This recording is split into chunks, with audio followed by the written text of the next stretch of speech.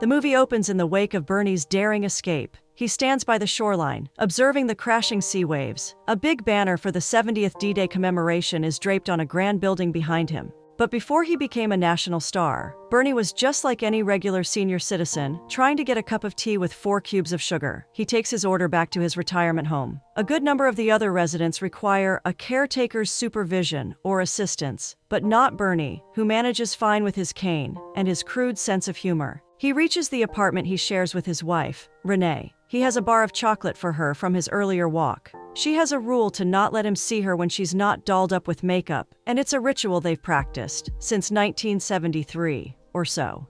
He announces they'll have their tea and snack, then he'll take her for a walk out the front.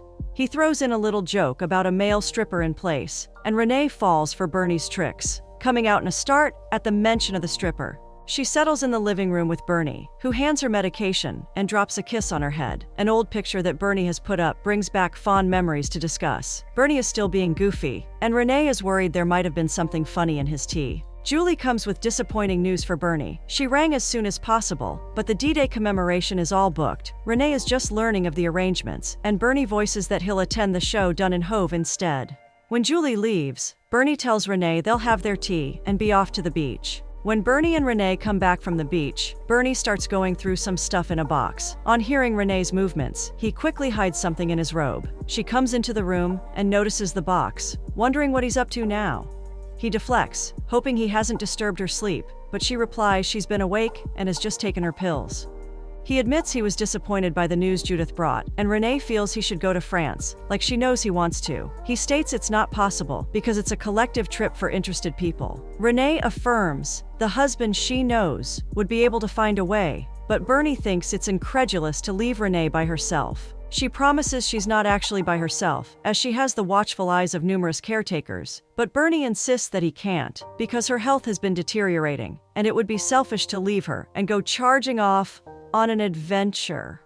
Renee chuckles, done with the conversation. She knows going for the D-Day anniversary is important to her husband, and he's only trying to put up a front.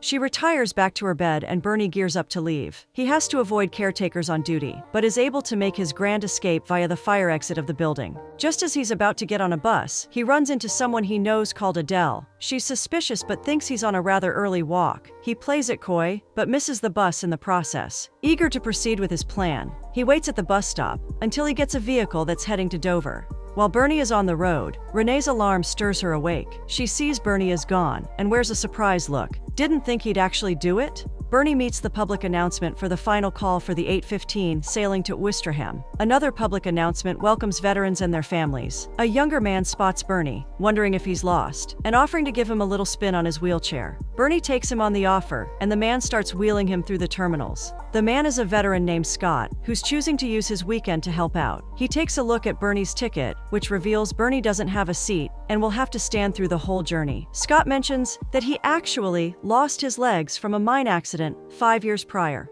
At Scott's request, Bernie proudly divulges his name and title as leading seaman in the Royal Navy. Back at Hove, a caretaker, Martin checks up on Renee. Renee touches on Bernie's sacrifice to stay at the nursing home with her, even though he's well enough to have remained in their own home. Martin's take is that Bernie wanted to be close to her and asks where he currently is. She gives a vague reply about him being out like he's off on a routine walk. When Martin leaves, she takes out a picture she's kept tucked in her sleeve and stares admiringly at a younger Bernie in his Navy uniform. On the ferry, Bernie starts to have a sense of belonging as a female group performs 1940s melodies amidst decorations. Fellow veterans talk about the upcoming ceremony, and Bernie shrugs off his coat to reveal his service dress uniform.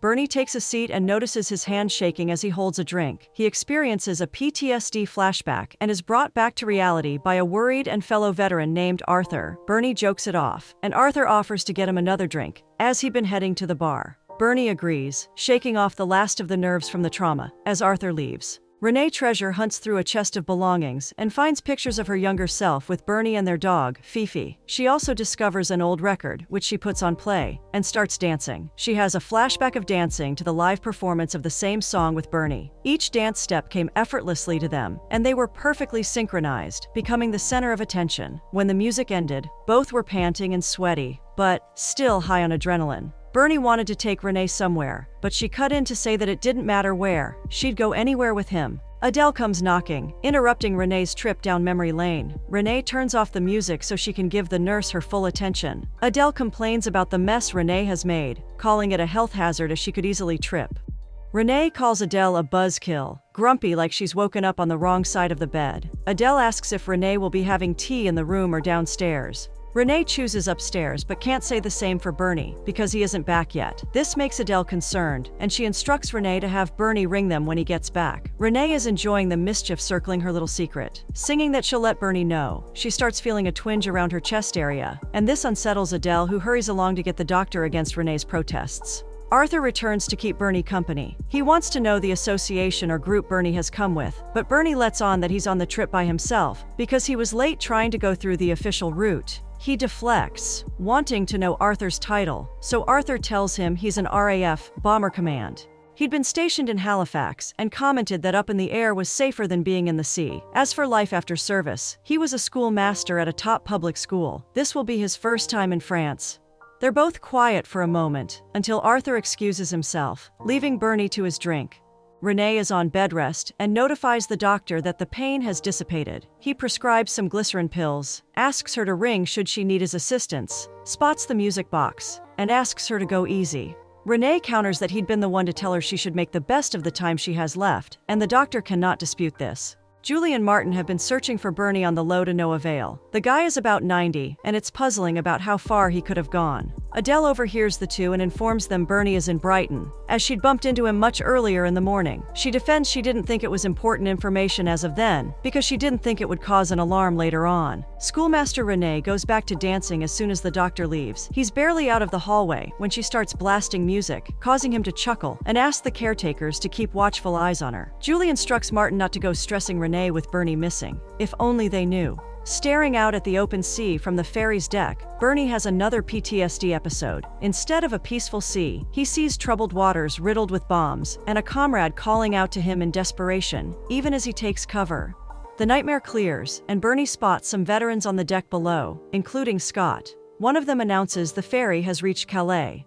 Arthur finds Bernie and invites him to join his group and share his accommodation in France. Bernie doesn't want to be a burden, especially with having no money, but Arthur asserts that's not an issue and that Bernie's company is enough. His accommodation was paid for in advance, and Bernie shouldn't worry about cash. Bernie is warmed by the extended hospitality and takes Arthur on his offer.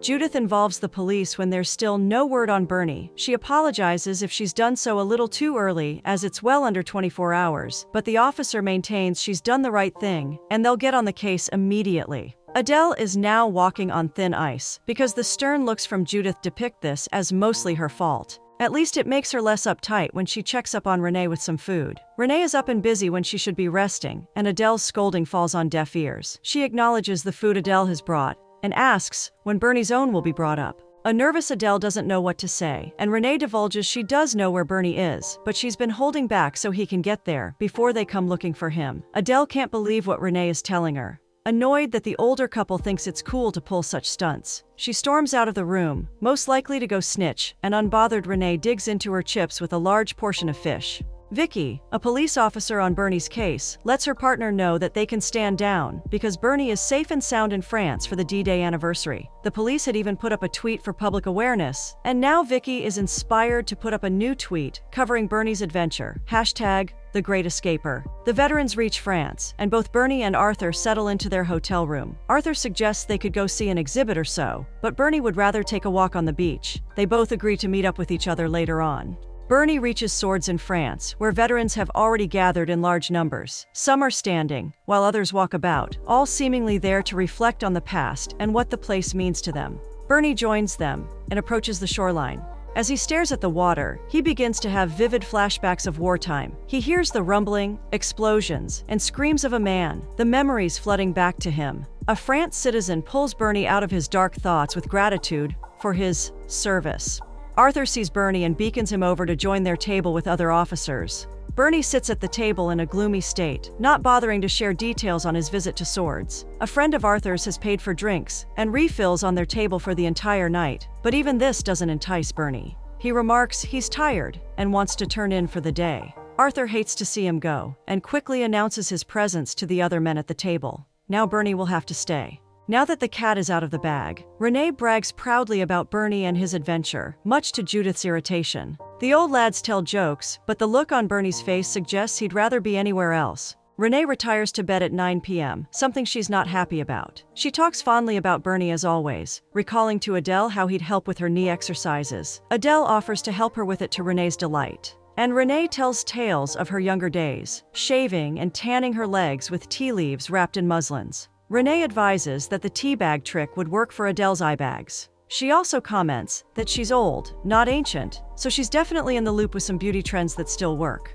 Arthur calls it a night, ready to leave with his pal, Bernie. Scott comes badging in against waiter's orders as the joint is closing up. He wants another drink, but he isn't getting any. Bernie steps in to calm him down, as Scott staggers towards aggression. Scott insists he just wants a drink, and he's no baby they need to worry about. Bernie asks Scott to take a walk with him, but Scott already has an idea of where Bernie would like to show him. It's a place that holds haunting memories that only a soldier could relate to. Maybe he's already been there. And that's why he's drunk out of his mind, saying more gibberish before staggering away. He isn't the only one who's had too much to drink, though. Arthur is hit with a wave of nausea and throws up. They retire to the hotel in one piece. Arthur relays that he's gotten Bernie a ticket, as it's the official thing to do. The commemoration starts at 11 p.m. in an arena, and Bernie will get to sit behind the Queen and the President of the United States. Arthur's American friends are to thank for the VIP treatment. Arthur gets into one of the twin beds, snuggles in, and experiences gratitude towards Bernie for looking out for his drunk self. He falls asleep soon after, snoring peacefully, while Bernie is ensnared once again with wartime memories. He recalls a comrade named Douglas who was terrified of their situation. He'd been all nerves, and Bernie had suggested a smoke to calm him down. They were in the heat of it, bullets flying and explosions rumbling their warship. Douglas had talked about his girlfriend and a letter he'd written. He kept both her picture and the letter in a box, because he was sure it was only a matter of time before the war ended. Bernie made him look him in the eye, and assured him he would survive. They would both survive. It takes several calls from Arthur to pull Bernie back from the dreamland. He's made it to the dresser mirror, and has his arms over it, like it were Douglas himself. Arthur helps him settle back in his bed. Bernie admits that sleepwalking happens from time to time, but not frequently. Arthur mentions he has a brother that sleepwalked. He's no sleepwalker himself, out like a lamp once he's settled in. He reveals to Bernie that he's an alcoholic and his liver is damaged. It's why he's attending the 70th commemoration, because he doubts he'll live longer than that. He asks Bernie if he knows Charles Causley, who was a war poet, who wrote a verse about the British war cemetery in Bayeux. He served in the Navy, but Bernie doesn't know him. Bernie has heard about Bayeux but hasn't been there. It holds about 5,000 deceased British soldiers, most of which met their demise during the D-Day landing, including Arthur's brother. Arthur's brother didn't pass away in combat. He was a RAF like Arthur, and was first shot down over Essen, with Arthur having reasons to believe he'd been done over. He, however, managed to bail out and link up with the resistance, and was on his way home. He'd made a stop at Caen when tragedy struck. Arthur had been the one flying the plane that would end his brother's life, including 3,000 other people, both civilians and soldiers. Arthur had planned to visit his brother's grave in Bayeux to pay his respects, as he'd never been there before. He'd chickened out and got wasted instead. He's constantly tried to wrestle his demons, but has failed severally. Renee is woken up by her alarm and recalls younger Bernie, after the dance, taking her into the meadows to experience what he called the holy hour. He remarks that normally, people don't get to see the sunset with such a magnificent hue because they're sleeping through it. Renee comments it's a beautiful sight. Renee introduces him to dog roses growing nearby, and he gushes on about his favorite breed of dog, poodles. She makes the first move then, and kisses him. Older Renee can still remember the moans and pants that came with the intimacy of that day, being laid down on the floor with Bernie hovering close enough to drink her in.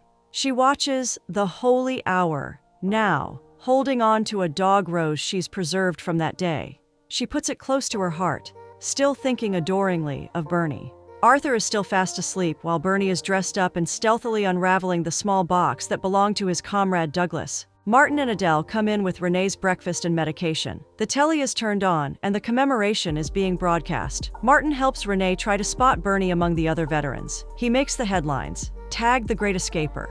They don't know exactly where he is, but the news paints him out to be an admirable soldier, even at 90, eager to respond to the call of duty. They recognize how he hadn't given up, and somehow made it to Normandy on his own. Without an organized party, it's not just the news but the papers too. Bernie is now a national sensation and hero.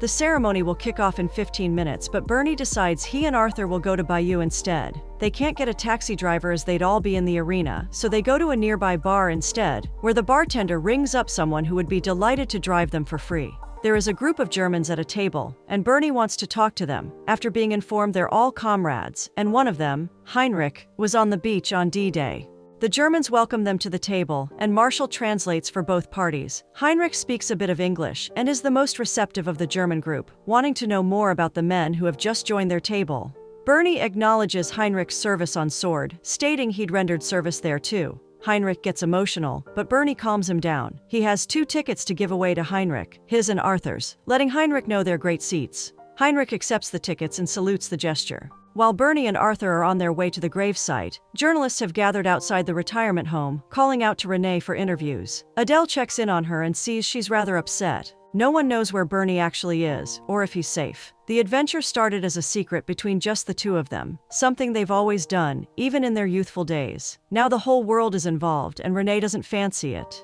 She remarks it's all a recipe for disaster. During the war, she'd fought her own battles. Every time she saw soldiers approaching, she was scared they were coming to deliver bad news to her. On one occasion, the soldiers seemed to be heading straight for her. Her breath hitched, and she stood frozen and waiting. The soldiers moved on to another woman who began wailing upon receiving the news. After bearing such an agonizing moment, Renee took off to the meadows as if wanting to confront the world at large. Warplanes fleeted overhead. Adele is Renee's listening ear. The older woman has her regrets for letting Bernie partake in the war. She wishes she had stood her ground. Yet, she's let him have his way twice. Bernie and Arthur arrive at the cemetery, both going their separate ways to visit different gravestones. Bernie mumbles a line from the Charles Causley verse. He'd been mumbling and stuttering the single line since their drive to Bayou. He finds his brother's stone, the verse slowly coming back to him in full. Bernie finds Douglas's stone and has a flashback of his last day with his comrade. Douglas wasn't sure about coming back alive, even with Bernie's assurance. He feared he would drown in the sea and gave Bernie the box, with the letter in it. Douglas got into the battle tank, but not without letting Bernie know that her name is Vera, and he loved her. Bernie pulls back to reality, overwhelmed with sadness. He takes off his hat and greets Douglas, trying to find the right set of words. He apologizes to the fallen comrade and vents that looking back now, it was all a waste. The scene zooms out to reveal a sea of gravestones. And yeah, it's easy to get where he's coming from. So many soldiers' lives were just wasted. Bernie and Arthur return back to their hotel room, and Bernie remarks now that their mission is accomplished. He'd like to return home to Renee. Arthur muses that they'll never see each other again, but it's been an honor. They hug, and Bernie leaves. Scott finds Bernie and apologizes for his inappropriate behavior the previous night. He's brought a croissant as a peace offering, and Bernie holds no grudges, wanting him to move on. Scott starts raving about Bernie being an inspiration, but it's a lot of glitter talk that Bernie doesn't want to hear. What he knows is that Scott needs therapy and should get on it as soon as possible. Back in Hove, the journalists are still trying to get Renee's attention. She starts to feel discomfort and rings the alarm. Adele comes running, scared the worst has happened when she finds Renee momentarily unresponsive. Renee finally pulls herself together. She'd found and taken her glycerin pills before Adele got to her, and now she's fine. Adele wants to know how long Renee has left, but the older woman deflects. She continues joking and beating around the bush, claiming it shouldn't matter. She's lived a good and long life. She also reveals Bernie doesn't know she'll be most likely leaving before him, and she's not going to tell him because it would only leave him heartbroken. Adele starts to sob into Renee's arms. At the French harbor, Bernie realizes he's turned into a celebrity and is treated to a luxurious experience. News gets back to Renee that they found Bernie and he's returning home. Renee starts dolling up for Bernie's return. He comes bearing gifts, already weary of the celebrity status and the baggage that comes with it. Renee notices Bernie is off and wants to understand what happened to him in France. He explains he went to visit Douglas, a fallen comrade, recalling how Douglas had rolled out the war tank to the front line and was taken out by an explosion. Bernie has carried the guilt that it was his fault Douglas met his demise because he'd given Douglas false hope. Renee counters that it's not his fault, and sheer luck is in play. When he first came back from the war, she knew he was burdened, but she didn't want to pressure him to say. She was rather careful around him because she didn't want the wrong move to break them apart. They've pushed through 70 years of marriage because of good luck, and that's all there is to life. Renee lets an emotional Bernie know that all 70 years have been the very best. They resume their normal lives. Bernie takes Renee on a spin through the beach. They retire to each other's hands after a long day and are up by 4:15 the next day to watch the sun do its magic during the holy hour. It's reminiscing of their younger days, although this time they're on a promenade. Renee voices that should Bernie ever think to leave again, then she'd come with him. 6 months after his trip to France, he passes away, and Renee follows 7 days later.